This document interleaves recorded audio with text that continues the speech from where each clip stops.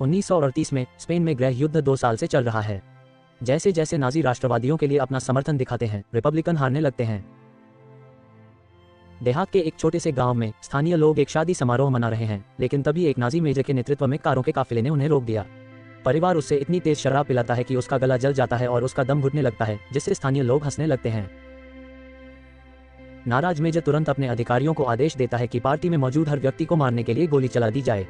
फिर सैनिक gas mask लगाते हैं और एक अजीब नीले रंग के पाउडर के कनस्तर फेंकते हैं जो पूरे शहर में फैल जाता है। इस बीच कैप्टन जॉन को एक जज के सिर पर वार करने के लिए शूटिंग स्क्वाड द्वारा मौत की सजा दी जाने वाली है, लेकिन उसे उसके उच्च पदस्थ चाचा जनरल लोजानो ने समय रहते बचा लिया। बाद में अपने दफ्तर में लोजानो समझाता है कि सेना के अच्छे पक्ष में वापस आने के लिए जॉन को अलार्कोस नामक स्थान पर एक पत्र पहुंचाना होगा। चूंकि ये दुश्मन के इलाके के दूसरी तरफ स्थित है, इसलिए यह एक बेहद खतरनाक काम है, इसीलिए इसे मौत की सजा के विकल्प के रूप में दिया गया था। जॉन के पास मिशन को स्वीकार करने के अलावा कोई विकल्प नहीं है, और चूंकि वह गाड़ी नहीं चला सकता, इसलिए डी क्रूज नाम का एक लड़का उसका ड्राइवर होगा। उसे इसलिए भी सजा दी जा रही है क्योंकि वह एक लड़ाई के दौरान भाग गया था और अब उसे काय के रूप में देखा जाता है। बाहर निकलते समय जॉन को एक सैनिक दोस्त मिलता है जिसने हाल ही में अपना हाथ खो दिया है, इसलिए वह उसके साथ सिगरेट पीता है, इससे पहले कि उसे नाजी मेजर द्वारा संचालित एक अजीब प्रतीक वाली जर्मन ट्रेन में ले जाया जाए। कुछ घंटों की ड्राइविंग के बाद जॉन और डी क्रूज को पता चलता है कि जर्मन सैनिकों ने सड़क को अवरुद्ध कर दिया है। नेता उन्हें जाने नहीं देना चाहता, लेकिन जॉन उसे अपनी बंदूक से धमकाता है जब तक कि वह उन्हें जाने नहीं देता। जैसे ही वे गाड़ी से दूर जाते हैं, जॉन को पता चलता है कि जर्मन इलाके के चारों ओर बाड़ लगा रहे हैं। कुछ ही देर बाद उन्हें ऊपर से विमानों के उड़ने की आवाज सुनाई देती है और जॉन एक आईने की मदद से उनकी लड़ाई को देखता है। एक विमान पास में ही दुर्घटनाग्रस्त हो जाता है, लेकिन पायलट समय रहते अपने पैराशूट के साथ बाहर कूद जाता है। इसलिए जॉन डी क्रूज को पायलट की मदद करने के लिए कहता है क्योंकि वह उनके पक्ष में है। दोनों जंगल पार करना शुरू करते हैं और नाजी ट्रेन से मिलते जुलते प्रतीक वाले कुछ विमान के पुर्जे ढूंढने के बाद वे अंततः पायलट को एक पेड़ पर लटके हुए पाते हैं। वह व्यक्ति गिरने से मर चुका है और उसके दोनों पैर गायब हैं। अचानक वे विपरीत दिशा से सैनिकों के एक समूह से घिर जाते हैं, जिसका नेतृत्व सार्जेंट कर रहा होता है, जो तुरंत जॉन और डी क्रूज के हथियार ले लेता है। जेन दिखावा करता है कि उसके पास सार्जेंट को पास लाने के लिए खुफिया जानकारी है और वह उसके सिर पर वार करता है, लेकिन प्रीस्टिकुलर उसे लात मारती है और उसे अपने ब्लेड से धमकाती है। सार्जेंट उसे मारने से रोकता है क्योंकि वह एक मूल्यवान बंधक हो सकता है, और जब वे उसके कपड़ों की जांच करते हैं तो उन्हें मिशन से पत्र मिलता है। हालांकि लिफाफे के अंदर केवल एक कागज का टुकड़ा है जिस पर लिखा है कि युद्ध गेंदों से जीता जाता है। सार्जेंट फ्यूज को डी क्रूज को गोली मारने के लिए कहता है, और जब वह अपनी बंदूक निकालता है तो डी क्रूज अपनी पैंट गीला कर देता है। अंत में सार्जेंट उन दोनों को बंधक के रूप में रखने का फैसला करता है और समूह जाने के लिए तैयार हो जाता है। फोटोग्राफर लटके हुए शरीर की तस्वीर लेने के लिए पीछे रहता है, लेकिन अचानक पायलट एक ज़ॉम्बी के रूप में जागता है और सैनिक पर कूदकर उसे एक क्रूर काटने से मार डालता है। ब्रोड्स्की अपने दोस्त की मदद करने के लिए दौड़ता है और ज़ॉम्बी को दूर फेंक देता है और उसके हाथ एक अजीब नीले पाउडर से ढक जाते हैं। ज़ॉम्बी आगे बढ़ता रहता है, इसलिए ब्रोड्स्की गोली चलाता है, लेकिन उसकी गोलियां कुछ नहीं करती। जब तक सार्जेंट ज़ॉम्बी के सिर पर गोली नहीं चलाता, तब तक वह मर नहीं जाता। समूह भ्रमित है और सोच रहा है कि क्या पायलट पर भूत सवार था, लेकिन उसी समय उनका मृत दोस्त भी जाग जाता है और हमला करने की कोशिश करता है। ब्रोड्स्की उसे गर्दन से पकड़ता है और उसे जमीन पर फेंकने से पहले घुमाता है, लेकिन वे ये देखकर चौंक जाते हैं कि उनका दोस्त अभी भी जीवित है। राजनीतिक कमिश्नर उसे हमेशा के लिए मारने के लिए सिर में गोली मार देता है। और विमानों को उड़ते देखने के बाद समूह जॉन और डी क्रूज के हाथ बांध देता है और उन्हें अपने शिविर में ले जाता है। जब वे पहुंचते हैं तो वे देखकर चौंक जाते हैं कि उस पर हमला हुआ है और ब्रोड्स्की को वही नीला पाउडर मिलता है। प्रीस्टिकुलर को एक साथी सैनिक का शव मिलता है, जिसके घाव तब तक उत्परिवर्तित होने लगते हैं जब तक कि वह एक ज़ॉम्बी के रूप में नहीं जाग जाती। जेन ने चारों ओर देखा और पाया कि सभी शव हिलने लगे हैं, इसलिए समूह पीछे हट जाता है, लेकिन एक युवा सैनिक अपने उत्परिवर्तित पिता को देखता है और उसके पास दौड़ता है, लेकिन जल्द ही लाशें उसे खा जाती हैं। जल्द ही जीव करीब आने लगते हैं, इसलिए समूह गोली चलाता है ताकि गोलियां वास्तव में काम करने के लिए उनके सिर पर लगें। हालांकि उनमें से बहुत सारे हैं, इसलिए समूह किनारे की ओर भागता है और नाव पर भागने में सफल होता है। ज़ॉम्बी उनका पीछा करने की कोशिश करते हैं, लेकिन वे बहुत दूर नहीं जा पाते। इसके बाद सार्जेंट आखिरकार डी क्रूज और जॉन की रस्सियां काटने की अनुमति देता है, लेकिन पहले वह उसे घूंसा मारता है ताकि वे बराबर हो जाएं। असाधारण स्थिति के कारण वे अभी के लिए एक साथ काम करने के लिए सहमत होते हैं, भले ही वे विपरीत पक्षों से संबंधित हों। आखिरकार वे दूसरे किनारे पर पहुंच जाते हैं और नाव को शाखाओं के एक समूह से छिपाने के बाद वे जंगल को पार करना शुरू करते हैं, केवल और अधिक लाशों को खोजने के लिए। ये नागरिक प्रतीत होते हैं और समूह पर हमला करने में कोई समय बर्बाद नहीं करते हैं। प्रीस्टिकुलर जॉन को एक हथियार देता है ताकि वह खुद का बचाव कर सके, जबकि ब्रोड्स्की को डी क्रूज को रास्ते से हटाना पड़ता है, लेकिन लाशें उसके बजाय उस पर कूद पड़ती हैं। ब्रॉडस्की कुछ ज़ॉम्बी को नीचे गिराने में कामयाब हो जाता है, लेकिन एक ज़ॉम्बी उसके पैर को काट लेता है और उसे वहीं पर रोक लेता है, जबकि और ज़ॉम्बी उसे घेर लेते हैं और उसे नीचे गिरा देते हैं। प्रीस्ट किलर उसकी मदद करना चाहता है, लेकिन जेन उसे वापस खींच लेती है क्योंकि कोई मतलब नहीं है। अपने दोस्त को भोजन बनते देखने के बाद समूह आगे बढ़ता रहता है और शाम को उन्हें अपना सुरक्षित घर मिल जाता है। जैसे ही वे अंदर जाते हैं, वे 3 लोगों को अपनी ओर हथियार तानते हुए पाते हैं, लेफ्टिनेंट गेरल्ट, प्राइवेट रेफियर और सिस्टर फ्लोर। समूह भी अपने हथियार निकाल लेता है और बहस शुरू हो जाती है, लेकिन जब उन्हें पता चलता है कि वे सभी ज़ॉम्बी से भाग रहे हैं, तो वे एक साथ काम करने के लिए सहमत हो जाते हैं। वे रात को सुरक्षित घर में बिताते हैं और फ्लो किसी भी घाव का इलाज करता है। डिनर शेयर करते समय डी क्रूज को पता चलता है कि फ्यूज एक प्रसिद्ध बाइक रेसर है जिसने बचपन में उसके लिए ऑटोग्राफ साइन किया था, लेकिन फ्यूज ने इसे इनकार कर दिया। गर्ल प्रीस्ट किलर को अपने पीछे से हटाने के लिए उसे मारने की कोशिश करती है। वह उसे बताती है कि उसने उस पुजारी के साथ क्या भयानक काम किया जिसने उसकी छोटी बहन के साथ दुर्व्यवहार किया था। कमिश्नर एक निजी जगह ढूंढता है और बताता है कि उसके पास एक फोन है जिसका इस्तेमाल वह गुप्त रूप से एक रहस्यमय कॉल करने के लिए करता है। इस बीच जैन सिगरेट जलाने के लिए पत्र का इस्तेमाल करता है और गर्मी से कागज पर एक गुप्त संदेश दिखाई देता है। ये पूरे क्षेत्र का नक्शा है, लेकिन वह इसे अभी अपने पास रखता है। इसके बाद वह प्रीस्ट किलर पर भी प्रहार करने की कोशिश करता है, लेकिन वह उसे भी अस्वीकार कर देती है और देखती है कि उसके हाथ श्रम या लड़ाई से नहीं थके हैं, जिसके कारण उसे कबूल करना पड़ता है कि वह सिर्फ एक वकील है। बाद में रात में वे एक भेड़िए को दर्द में रोते हुए सुनते हैं और खिड़की से बाहर देखते हैं कि एक ज़ॉम्बी घर की ओर आ रहा है। रफिया तुरंत उसे गोली मारकर मार देता है, लेकिन जल्द ही एक भीड़ दिखाई देती है और घर की ओर बढ़ती है। समूह जाने के लिए अपना सामान इकट्ठा करता है, लेकिन ज़ॉम्बी खिड़कियों से पहुंचना शुरू कर देते हैं और प्रीस्ट किलर को पकड़ लेते हैं, जो जल्दी से अपने ब्लेड का उपयोग करके खुद को मुक्त कर लेती है। वे भी दरवाजा खोलना शुरू कर रहे हैं, इसलिए वे पीछे के दरवाजे से भागने से पहले एक भारी बक्से से उसे बंद करने के लिए दौड़ पड़ते हैं।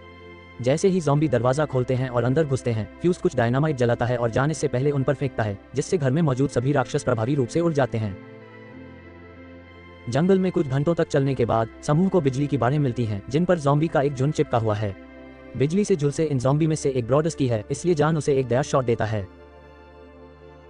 इसके बाद जान दूसरों को नक्शा दिखाता है जो जर्मन में लिखा हुआ है। ऐसा लगता है कि नाजियों को घाटी से निकलने वाले ज़ॉम्बी की भीड़ के बारे में पता था और उन्होंने इन भीड़ के आने के समय और दिशा का अनुमान लगाया था, इसलिए उन्होंने उन्हें रोकने के लिए बाड़ लगा दी। इससे समूह को लगता है कि नाजी उस प्रयोग के लिए जिम्मेदार हैं जिसने सबसे पहले ज़ॉम्बी को बनाया था। चूंकि वे बाढ़ वाले क्षेत्र के अंदर हैं, इसलिए उनके पास भागने का कोई रास्ता नहीं है, इसलिए टीम ये जांच करने के लिए मानचित्र पर एक्स से चिन्हित स्थान की तलाश करने का फैसला करती है कि क्या हो रहा है।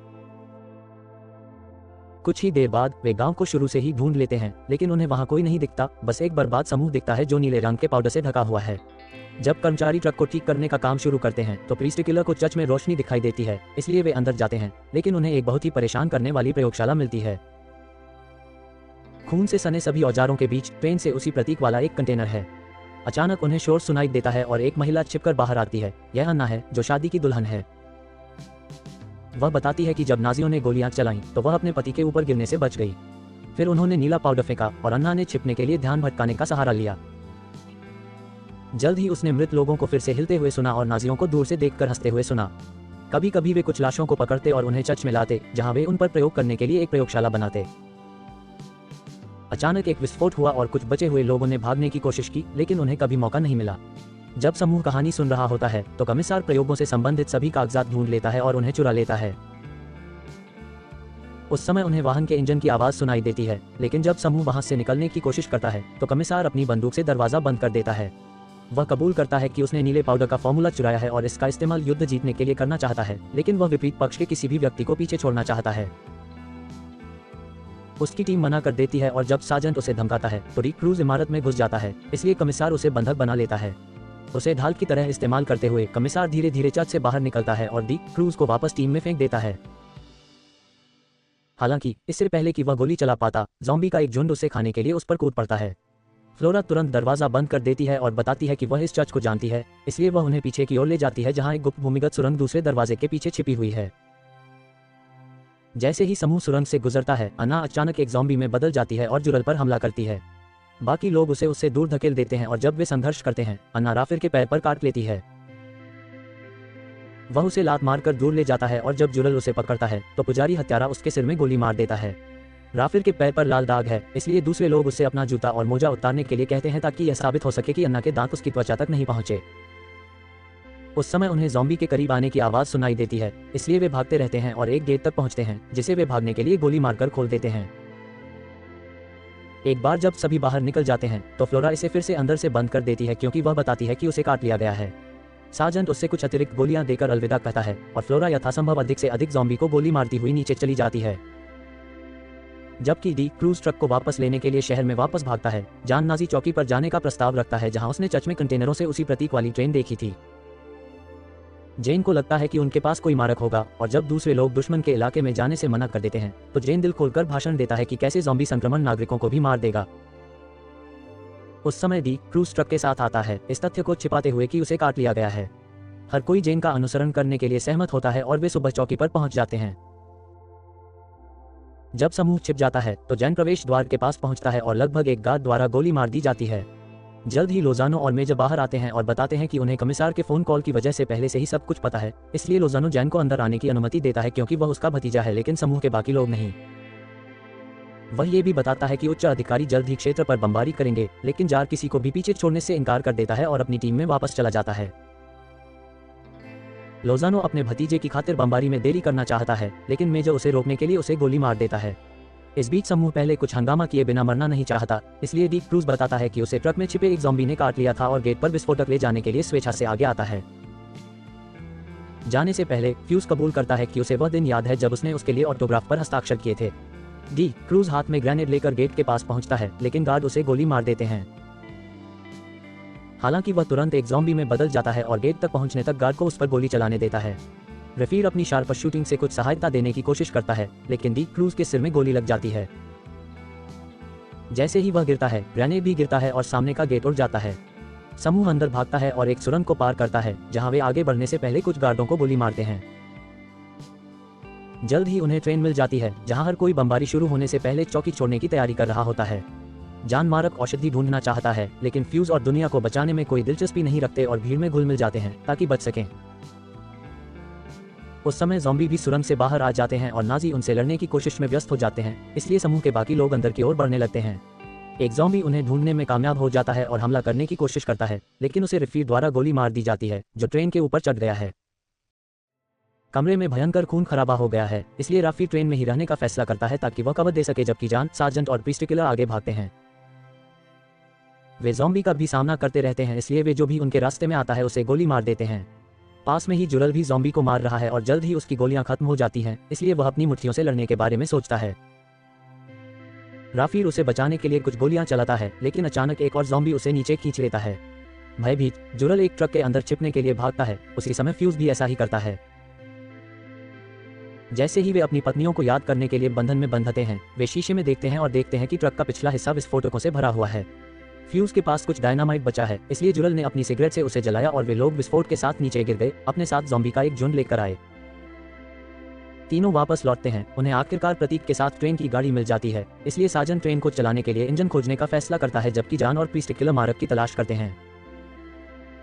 ट्रेन के अंदर उन्हें मेजर मिलता है, जिसने अभी अभी खुद को एक इंजेक्शन लगाया है। जेन को लगता है कि उसने मारक दवा बर्बाद कर दी, लेकिन मेजर ने समझाया कि ऐसा कोई उपाय नहीं है। वह गर्व से स्वीकार करता है कि उसने पाउडर बनाया है और जब उसका शरीर बदलने लगता है तो वह उत्साहित हो जाता है, लेकिन प्रीस्टिकुलर तुरंत उसके सिर में गोली मार देता है। उस समय लाश दरवाजा पीटना शुरू कर देती है और जेन पीछे हट जाता है, लेकिन एक पर्दे के पीछे जंजीर से बंधा हुआ लाश उसके हाथ को काटता है। बिना समय गंवाए प्रीस्टिकुलर ज़ॉम्बी को गोली मारता है और फिर जान का हाथ काट देता है ताकि वह रूपांतरित न हो सके। जैसे ही हाथ गिरता है, हाथ बदल जाता है। फिर ज़ॉम्बी दरवाजा खोलकर अंदर घुसने में कामयाब हो जाते हैं, इसलिए जान और प्रीस्टिकुलर एक छोटे से डिब्बे में शरण लेते हैं। इंजन पर साजन ट्रेन को चलाने में कामयाब हो जाता है, लेकिन जल्द ही वह ज़ॉम्बी से घिर जाता है। कुछ गोली मारने के बाद वह आखिरी गोली का इस्तेमाल खुद को मिटाने और ज़ॉम्बी बनने से बचने के लिए करता है। जैसे ही ट्रेन सुरंग से बाहर निकलती है, विमानों का एक झुंड आखिरकार उस क्षेत्र पर बमबारी करता है, जिससे सभी ज़ॉम्बी मारे जाते हैं, जबकि जेन और प्रीस्टिकुलर चुंबन करते हैं। कुछ ही देर बाद राफेल जाग जाता है और ये देखकर हैरान हो जाता है कि ट्रेन सुरक्षित रूप से उस क्षेत्र से निकल गई है। डिब्बे की सुरक्षा के कारण जान और प्रीस्टिकुलर भी ठीक हैं। आखिरकार वे ट्रेन से उतर जाते हैं और जान प्रीस्टिकुलर को अपने साथ आने का प्रस्ताव देता है, लेकिन वह उसे ठुकरा देती है और इसके बजाय फ्रांस जाने का विकल्प चुनती है। जब वह जाती है तो वह जान को अपना नाम बताने से मना कर देती है। वापस ट्रेन में एक मृत सैनिक का हाथ हिलता है। सुनिश्चित करें कि आप सदस्यता लें और नोटिफिकेशन चालू करें ताकि आप इस तरह के और वीडियो देख सकें।